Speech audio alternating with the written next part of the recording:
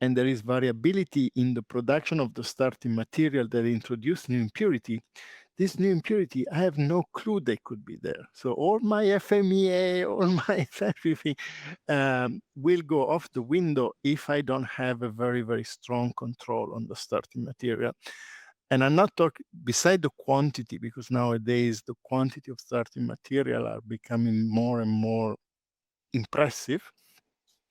The quality of this starting material is critical. So as a large company, your ability to have a supplier that give you the confidence, that have a quality system, that guarantee no variability in the starting material become very, very critical to the success of the final product. So for me, that's, I always insist, you only make good peptide if you have good starting material. It's becoming more and more critical. So your understanding of the impurity profile in your starting material is the most important thing to be successful at large scale. Your food is only as good as your ingredients. Leo, would you agree, or do you have a different take? No, I fully agree.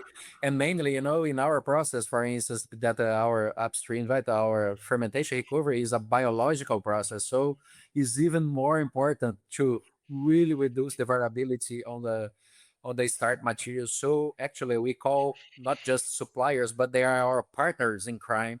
So we also invest on training them on the lean manufacturing tools for them to reduce the variability, because for us at the end is a kind of investment, because then we need to have less control, less sampling of the starting materials, and we have less variability. So our yeast cells that we use in our process, they will love that, to have always the same food there and producing the same molecule afterwards. So is a very important point to have this kind of partnership, and see more broader perspective that they are part also of our process. So this is very important to have them close to us. Involve everybody, make sure they're all on board. Perfect. Well, thank you so much, Matteo and Leo, for joining me today for what was a wonderful, insightful discussion. I know our attendees enjoyed it. I just want to remind everybody that today's discussion will be sent to your inbox, so you can re-review it at a later time if there's anything you missed or you wanted to watch again. And I wanted to thank our partners, Waters and Agilent, again, for supporting this panel so that it can be free to attendees. Thank you so much, Leo and Matteo, for joining me today.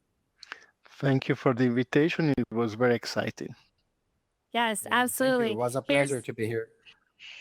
Yes, and here's to the future of GLP-1 production.